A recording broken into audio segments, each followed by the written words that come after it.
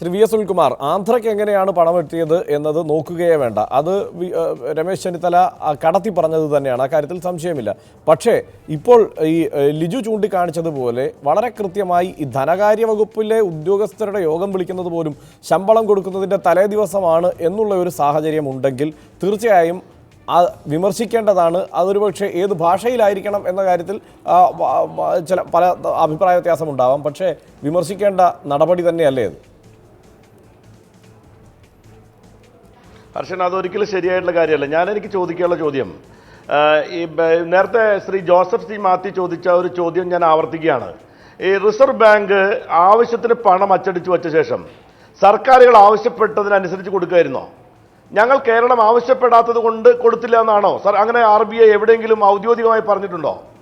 RBIയോട് ഞങ്ങൾ ആവശ്യപ്പെട്ട, ഗവൺമെന്റ് ആവശ്യപ്പെട്ട 1000 കോടി രൂപ നിങ്ങൾ ചോദിക്കാൻ വൈകിയത് കൊണ്ട് ഞങ്ങൾക്ക് തരാൻ കഴിയില്ല എന്ന് RBI എവിടെയെങ്കിലും പറഞ്ഞിട്ടുണ്ടോ? RBI പറഞ്ഞത് 1000 കോടി രൂപ തരാമെന്നാണ്. 1000 കോടി ആവശ്യപ്പെട്ടു. ആ ആവശ്യപ്പെട്ട തുക, അവർ തരാമെന്ന് പറഞ്ഞ തുക RBI തന്നിട്ടുണ്ടോ തന്നിട്ടില്ലയോ എന്ന് ഈ ലിജുവും അല്ലെങ്കിൽ രമേശ് ചെന്നിത്തല പരിശോധിച്ചിട്ടുണ്ടോ? ഇനി രണ്ടാമത്തെ കാര്യം, ഏതെങ്കിലും ഒരു സംസ്ഥാനത്ത് ഇവിടുത്തെ അവരുടെ ശമ്പളം കിട്ടി അവർക്ക് അർഹതപ്പെട്ട ശമ്പളം മുഴുവൻ ബാങ്കിൽ നിന്നും വിഡ്രോ ചെയ്യാൻ അവസരം ഉണ്ടായിട്ടുണ്ടോ? അതുണ്ടായിട്ടില്ല. RBIയുടെ ഉദ്യോഗസ്ഥന്മാരുടെ യോഗം വിളിച്ചില്ലയോ എന്ന പ്രസക്തമായ കാര്യമല്ല. 26, 29, 30 3 തവണകളിലായി റിസർവ് ബാങ്കുമായി ഗവൺമെന്റ് പല രൂപത്തിൽ ബന്ധപ്പെട്ടുകൊണ്ടിരിക്കുകയാണ്. 1-ാം തീയതി ഈ നോട്ടിന്റെ നിരോധനത്തിന് ശേഷം ആദ്യമായി ശമ്പളം കൊടുക്കാൻ പോകുന്ന ദിവസമാണ് 1-ാം തീയതി. ഇത് RBIക്ക് അറിയാം, സെൻട്രൽ ഗവൺമെന്റ് അറിയാം, സ്റ്റേറ്റ് ഗവൺമെന്റ് അറിയാം. അത് പ്രകാരം സ്റ്റേറ്റ് ഗവൺമെന്റ് 1000 കോടി രൂപ ആവശ്യപ്പെടുകയും RBI കൊടുക്കാമെന്ന് പറയുകയും ചെയ്യാണ്. അങ്ങനെ ഘട്ടമായി കൊടുക്കാമെന്ന് പറഞ്ഞ RBI കേരളത്തിന് ആവശ്യമായ തുക കൊടുത്തിട്ടില്ല എന്ന് പകൽ പോലെ സത്യമായിട്ടുള്ള ഒരു കാര്യമാണ്. ഇനി ഒരു കാര്യം കൂടി ലിജു മനസ്സിലാക്കേണ്ടത്, ഇവിടെ ഇരിക്കുന്ന ജോർജ് കുര്യൻ മനസ്സിലാക്കേണ്ടത്, നമ്മുടെ ഇവിടുത്തെ സർക്കാർ ജീവനക്കാർക്ക് ആർക്കെങ്കിലും ഇന്ത്യയിൽ എവിടെയെങ്കിലും അവർ സർക്കാർ ജീവനക്കാർക്ക് 1-ാം തീയതി സാമാന്യന് കിട്ടിക്കൊണ്ടിരിക്കുന്ന തുക കിട്ടിയിട്ടുണ്ടോ? 24,000 രൂപ എന്ന് നിജപ്പെടുത്തിയത് ആരാണ്? സ്റ്റേറ്റ് ഗവൺമെന്റ് ആണോ? 24,000 രൂപ നിജപ്പെടുത്തിയത് പോലും അവർ കൊടുക്കാൻ കഴിഞ്ഞിട്ടുണ്ടോ? ഇത് ഇവിടെ വന്നതിന് ശേഷം ഇപ്പൊ ഞാൻ ചോദിക്കുന്നത്, ആന്ധ്രാപ്രദേശില് അവിടെ അടിച്ചു വെച്ച നോട്ട് അവർ ഇങ്ങോട്ടേക്ക് കൊണ്ടുവന്നത് പോലെ എന്തുകൊണ്ടാണ് അതിൽ തലേ ദിവസം ഞങ്ങളോട് വാഗ്ദാനം ചെയ്ത തുക പോലും RBIക്ക് കൊടുക്കാൻ കഴിയുന്നത്? അപ്പൊ RBI പറഞ്ഞ വാക്ക് പാലിക്കാതിരിക്കുകയും സംസ്ഥാന ഗവൺമെന്റിന്റെ പാലം വലിക്കുകയും ചെയ്ത കാര്യം മറച്ചു വെച്ചുകൊണ്ട് BJP-ക്കാരന്റെ വായിൽ കയറി എന്നുകൊണ്ട് നമ്മുടെ പ്രതിപക്ഷ നേതാവ് സംസാരിക്കുന്നത് ശരിയാണോ? ശ്രീ ജോർജ് കുര്യൻ, അത് ആ വാദമാണ് പ്രസക്തമായ ഒരു വാദം. കാരണം നമ്മൾ 3 ദിവസം ചർച്ച ചെയ്തു എന്ന് പറയുമ്പോൾ തീർച്ചയായും ശ്രീ ജോർജ് കുര്യൻ 3 ദിവസം നമ്മൾ ചർച്ച ചെയ്തു എന്ന് പറയുമ്പോൾ 3 ദിവസം നമ്മൾ ചർച്ച ചെയ്ത RBIയുടെ വാഗ്ദാന ലംഘനത്തെ കുറിച്ചാണ്. ഇപ്പോ ചോദിക്കാൻ ഒരു 2 ദിവസം മുമ്പേ ചോദിച്ചിരുന്നെങ്കിൽ തരുമായിരുന്നു എന്നേതായാലും RBI പറയുന്നില്ലല്ലോ. RBI പറയുന്നത് പണം തരാം എന്നാണ്. RBIയുടെ വാഗ്ദാനം തുടർച്ചയായി ലംഘിക്കപ്പെടുകയാണ് ഇന്ന് പോലും. അപ്പോൾ അതാണ് യാഥാർത്ഥ്യം. കറൻസി ഇല്ല എന്നത് തന്നെയാണ് യാഥാർത്ഥ്യം. അതിൽ ധനകാര്യമന്ത്രിയെ കുറ്റപ്പെടുത്തുന്നതിൽ അർത്ഥമില്ല എന്ന് തന്നെ ആ 3 ദിവസത്തെ സാഹചര്യം വിലയിരുത്തിയാൽ മാത്രം മനസ്സിലാകും. മാത്രമല്ല, ഈ ആന്ധ്രയുടെ കാര്യം എടുത്താൽ നേരത്തെ ശ്രീ ജോസഫ് സി മാത്യു പറഞ്ഞതുപോലെ അദ്ദേഹത്തിന് കൈക്കൂലി കൊടുക്കുന്നത് പോലെയാണ് ആന്ധ്രയ്ക്ക് ആ പണം കൊടുത്തത്. അതിനെ നമ്മൾ പരിഗണിക്കുകയേ വേണ്ട. അല്ല കർഷൻ, ഈ രാജ്യത്ത് ഇങ്ങനെയൊരു നിയന്ത്രണം ഏർപ്പെടുത്തിയിരിക്കുന്നു. അതുകൊണ്ട് നേരത്തെ തന്നെ പണം ചോദിച്ചിട്ട് നമ്മുടെ സംസ്ഥാനത്തെ ജനങ്ങളുടെ പ്രശ്നം പരിഹരിക്കണമെന്ന് എല്ലാ സംസ്ഥാനത്തെയും മുഖ്യമന്ത്രിമാരും അതുപോലെ തന്നെ ധനകാര്യ വകുപ്പ് മന്ത്രിമാരും മനസ്സിലാക്കുകയും അതിൻ്റെ അടിസ്ഥാനത്തിൽ പ്രവർത്തിക്കുകയും ചെയ്തു. സമ്മതിക്കുന്നു, ഇവിടെ കറൻസിക്ക് ദൗർലഭ്യമുണ്ട്. അതുപോലെ തന്നെ 24,000 രൂപയെ പിൻവലിക്കാൻ സമ്മതിക്കുന്നുള്ളൂ. ജനങ്ങളോട് അഭ്യർത്ഥിച്ചതാണ് പ്രധാനമന്ത്രി. അതിനെ നിങ്ങൾ വിമർശിച്ചോളൂ, കാരണം അത് ജനങ്ങൾ അംഗീകരിച്ചിരിക്കുന്നു. ആ അവസരത്തിൽ ജോസഫ് സി മാത്യു പറഞ്ഞ അവസരത്തിൽ അദ്ദേഹം തന്നെ പറഞ്ഞു, നേരത്തെ തന്നെ ആന്ധ്രാപ്രദേശും അതുപോലെ തന്നെ തെലങ്കാനയും ആവശ്യപ്പെടുകയും അതിനൊരു തടസ്സമുണ്ടായപ്പോൾ പിന്നെ ഫോൺ വിളിക്കുന്നു. അത് ആ പ്രക്രിയ. അതുപോലെ തന്നെ നവീൻ പട്നായിക് ഇതിനല്ലെങ്കിൽ തന്നെ വേറെ കറൻസി നേരത്തെ തന്നെ അദ്ദേഹം ആവശ്യപ്പെട്ടു, അത് കൊടുത്തിട്ടുണ്ട്. ഇതുപോലെ നഖശിഖാന്തം എതിർക്കുന്ന മറ്റ് സംസ്ഥാന സർക്കാരുകളുണ്ട്. ശ്രീ ജോർജ് കുര്യൻ, പക്ഷേ ഈ കൊടുത്തു എന്ന് പറയുന്ന എത്ര സംസ്ഥാനങ്ങളിൽ ആ പണം പിൻവലിക്കാൻ ഈ പറഞ്ഞ ജീവനക്കാർക്ക്, ഇപ്പം നമ്മൾ ജീവനക്കാരുടെ കാര്യത്തിൽ തന്നെയാണല്ലോ ഒതുങ്ങി നിൽക്കുന്നത്, അതുകൊണ്ട് അതിലേക്ക് തന്നെ വരാം. ഈ കൊടുത്തു എന്ന് പറയുന്ന പണം പിൻവലിക്കാൻ ഏതെല്ലാം സംസ്ഥാനങ്ങളിലെ ജീവനക്കാർക്ക് കഴിഞ്ഞിട്ടുണ്ട് പൂർണ്ണമായി പിൻവലിക്കാൻ? അല്ല അല്ലല്ല, ഞാനത് ഹർഷൻ്റെ വാക്കുകൾ തന്നെ എടുക്കാം. ഹർഷൻ്റെ വാക്കുകൾ അനുസരിച്ച് ആന്ധ്രാപ്രദേശിലും തെലങ്കാനയിലും കുഴപ്പമില്ല. അതുപോലെ കോൺഗ്രസ്സുകാർ പറയുന്നതുകൊണ്ട് കർണാടകയിൽ കുഴപ്പമില്ല. തമിഴ്നാട്ടിൽ കുറച്ച് പൈസയാണ് കൊടുത്തിരിക്കുന്നത്. ആരും വെറുതെ പോയിട്ടില്ല. ഇവിടെയെല്ലാം കുഴപ്പമില്ല എന്ന് പറയുന്നത് ഇവിടെ 24,000 രൂപ ഇവർക്ക് വിഡ്രോ ചെയ്യാൻ കഴിയുന്ന സാഹചര്യം ഉണ്ടായിട്ടില്ല. പണം എത്തിക്കുന്നു എന്നതല്ലാതെ 24,000 രൂപ വിഡ്രോ ചെയ്യാൻ പറ്റുന്ന സാഹചര്യം ഉണ്ട് എന്ന് ഞാൻ പറഞ്ഞിട്ടുമില്ല കേട്ടോ. കാരണം ഞാൻ പറയുന്നത് ഞാൻ ഈ കർണാടകത്തിലെ സാഹചര്യം ഞാൻ നേരിട്ട് അന്വേഷിച്ചതാണ്. അതുകൊണ്ടാണ് പറയുന്നത് 24,000 രൂപയായി അവർക്ക് വിഡ്രോ ചെയ്യാവുന്ന ഒരു സാഹചര്യം ഉണ്ടായിട്ടില്ല. അതങ്ങനെ തന്നെ ഞാൻ ഉറപ്പിച്ച് പറയുകയുമാണ്. അല്ല, എല്ലാവർക്കും ഹർഷൻ അങ്ങനെ പറയുമ്പോൾ എല്ലാവർക്കും 24,000 രൂപ വേണ്ടല്ലോ. ചിലർ 5,000 രൂപയായിരിക്കും എടുക്കുന്നത്, ചിലർ 10,000 രൂപയായിരിക്കും. അതല്ലല്ലോ നമ്മൾ പറയുന്നത്, നമ്മൾ ഉദ്ദേശിക്കുന്നത് അതല്ലല്ലോ. 24,000 ചോദിച്ചവർക്ക് അത് കിട്ടുന്നില്ല എന്നുള്ളതാണ് ഞാൻ പറഞ്ഞത്. ഞാൻ ഉദ്ദേശിച്ചത് അതാണ്. അതല്ല ഞാൻ പറഞ്ഞത്. അത് ഞാൻ അംഗീകരിക്കുന്നു. അതിനെ എങ്ങനെയാ സാമാന്യവൽക്കരിക്കുക? എല്ലാം ഈ ശമ്പളം കിട്ടുന്ന ദിവസവും എല്ലാവരും 20,000 30,000 പിൻവലിക്കുകയല്ലോ. ഇതിപ്പോ ഒരു പാനിക്കുണ്ടാക്കി. ഇത് പിൻവലിച്ചില്ല എങ്കിൽ കുഴപ്പമാകുമെന്ന് ഇവിടുത്തെ ധനകാര്യ വകുപ്പ് മന്ത്രി. അല്ല, അത് ആ സ്ഥിതിവിശേഷം എന്തായാലും ആരെങ്കിലും ഉണ്ടാക്കിയ സ്ഥിതിവിശേഷമല്ല. ഈ ഒരു തോന്നലുള്ളത് കൊണ്ടാണ് തിരിച്ച് ഇത് RBIക്ക് പോലും ഈ സാഹചര്യത്തെ കുറിച്ച് ധാരണയുള്ളത് കൊണ്ടാണല്ലോ ഇപ്പോൾ നിക്ഷേപിക്കുന്ന പൈസ നിങ്ങൾക്ക് എത്ര വേണമെങ്കിലും പിൻവലിക്കാവുന്ന ഒരു തീരുമാനത്തിലേക്ക് ഈ ഘട്ടത്തിൽ എത്തിച്ചേരാൻ കഴിഞ്ഞത്. പണം പുറത്തേക്ക് ഇറങ്ങുന്നില്ല, ജനത്തിന്റെ കയ്യിലെത്തിയ പണം ജനത്തിന്റെ കയ്യിലിരിക്കുന്നു എന്ന സ്ഥിതിവിശേഷമുണ്ട്.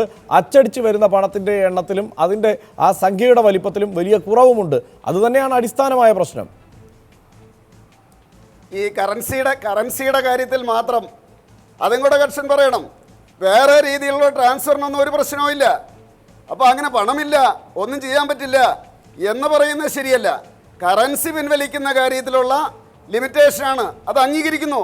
8-ാം തീയതി തന്നെ ജനങ്ങളോട് പ്രധാനമന്ത്രി പറഞ്ഞതാണ്, ജനങ്ങൾ മാനസികമായിട്ട് തയ്യാറെടുത്തതാണ്.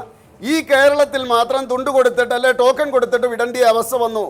എന്തുകൊണ്ട് അതിനുള്ള അറേഞ്ച്മെന്റ് ഉണ്ടാക്കിയില്ല എന്നാണ് ജനങ്ങൾ ചോദിക്കുന്നത്. അതായത് സംസ്ഥാനത്തെ എന്തോ ഒരു പ്രത്യേക അവസ്ഥ എന്ന മട്ടിലാണ് BJP ഇത് ഡീസെൻട്രലൈസ് ചെയ്ത എല്ലാ സംസ്ഥാനത്തിലെ നേതാക്കൾ ഈ സംസ്ഥാനത്ത് മാത്രമേ ഉള്ളൂ എന്ന് പറഞ്ഞുകൊണ്ടിരിക്കുകയാണ്.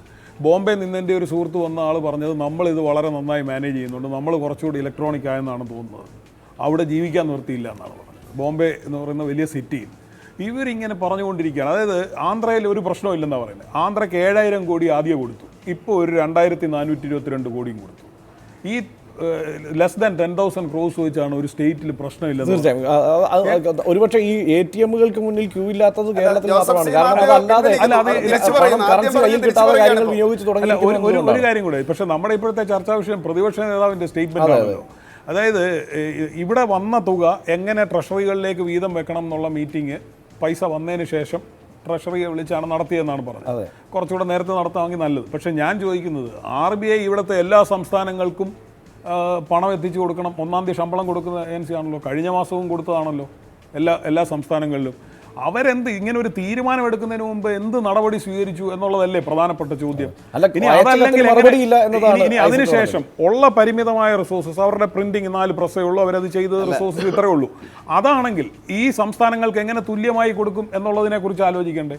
അതോ ഈ ചോദിക്കുന്നവർക്കും ഭീഷണിപ്പെടുത്തുന്നവർക്കും പ്രലോഭനങ്ങൾ വരുന്നവർക്കും ഒക്കെ കൊടുക്കുക, അങ്ങനെയാണോ ഒരു ഫെഡറൽ സ്റ്റേറ്റിൽ കാര്യങ്ങൾ നടക്കേണ്ടത്? അങ്ങനെയാണോ? അതിനെയല്ലേ ചോദ്യം ചെയ്യേണ്ടതെന്നുള്ളതാണ് പ്രൈമറിലി. തീർച്ചയായും. ശ്രീ M. ലിജു, ആന്ധ്രയുടെ അടക്കം സ്ഥിതിവിശേഷം എന്തായാലും പ്രതിപക്ഷ നേതാവിന് അറിയാഞ്ഞിട്ടല്ലല്ലോ. അവിടെയൊക്കെ സംഭവിക്കുന്നത് ഏത് തരത്തിലാണെന്ന് അറിയാമല്ലോ, തമിഴ്നാട്ടിൽ സംഭവിച്ചത് എന്താണെന്നും അറിയാമല്ലോ. അതൊന്നും മനസ്സിലില്ലാതെയാണോ ഇവരെ എല്ലാവരെയും താരതമ്യം ചെയ്തുകൊണ്ട്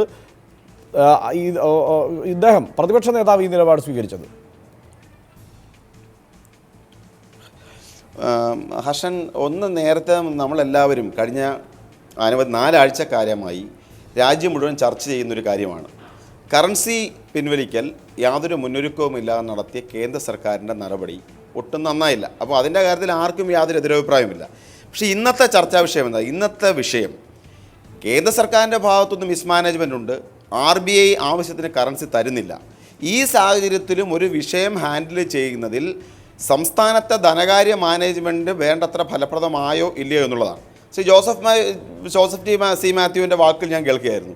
അദ്ദേഹം വളരെ അദ്ദേഹത്തിൻ്റെ രാഷ്ട്രീയമുണ്ടെന്ന് എല്ലാവർക്കും അറിയാം. അദ്ദേഹം കൃത്യമായി ചില രാഷ്ട്രീയ ചോദ്യങ്ങളാണ് ചോദിച്ചത്. അദ്ദേഹം ആദ്യം ചോദിച്ചൊരു ചോദ്യം, പ്രതിപക്ഷ നേതാവിനെ, അതായത് ഇങ്ങനെയൊക്കെ പ്രശ്നം ഉണ്ടാകുമെന്ന് അറിയാമെങ്കിൽ പ്രതിപക്ഷ നേതാവിന് നിയമസഭാ ഫ്ലോറിൽ ഇത് പറയാൻ വയ്യായിരുന്നു എന്ന് പ്രതിപക്ഷ നേതാവ് പറഞ്ഞു ഈ മാസം ശമ്പളം കൊടുക്കുന്നതിൽ പ്രതിസന്ധി ഉണ്ടാകും, നമുക്ക് ആവശ്യത്തിനുള്ള കറൻസി RBI തന്നില്ല എന്നുണ്ടെങ്കിൽ പ്രശ്നം ഉണ്ടാകുമെന്ന് പറഞ്ഞു കഴിഞ്ഞപ്പോൾ സംസ്ഥാന ധനകാര്യമന്ത്രി പറഞ്ഞു ഈ മാസം ഒരു പ്രശ്നവുമില്ല, അടുത്ത മാസം പ്രശ്നം ഉണ്ടാക്കി, ഇത് നമ്മൾ മാനേജ് ചെയ്യും, നമുക്ക് പറ്റും. ഇതാണ് പറഞ്ഞത്. 2, നമുക്ക് എത്ര തുക വേണമെന്ന് കൃത്യമായി ഒരു RBIക്ക് റിട്ടേണായി നമ്മുടെ ഡിമാൻഡ് കൊടുക്കുന്ന 29, ഇൻറ്റൻറ്റ് കൊടുക്കുന്ന 29 അത് ഗുരുതരമായ മിസ്മാനേജ്മെന്റ് അല്ലേ? അല്ലല്ല, 24-ന് അറിയിക്കുന്നതാണ്. ഞാൻ പറയട്ടെ, 24-ന് അറിയിക്കുന്നു, അതിന് മറുപടി ഇല്ലാതെ വരുമ്പോഴാണ് 29-ന് യോഗം വിളിച്ചു ചേർക്കുന്നത്.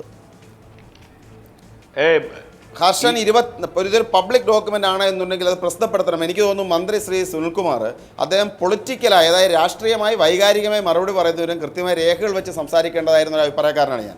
24-ാം തീയതി അയച്ച കത്തും 29-ാം തീയതി അയച്ച കത്തും ക്യാബിനറ്റിലെ ഇവിടെ നിൽക്കുന്ന ഏക പ്രവൃത്തി എന്ന നിലയിൽ അല്ല. ഞാനൊന്ന് പറയട്ടെ. 24-ാം തീയതി 29-ാം തീയതി കത്തുകൾ ഇന്ന് ഈ ചാനൽ ചർച്ചയിൽ കാണിച്ചിരുന്നെങ്കിൽ, ഞങ്ങൾ ഇത്ര രൂപയുടെ ഇൻഡന്റ് അന്ന് അയച്ചിരുന്നു പറഞ്ഞിരുന്നുവെങ്കിൽ അതിന് വിശ്വാസ്യത ഉണ്ടായിരുന്നു.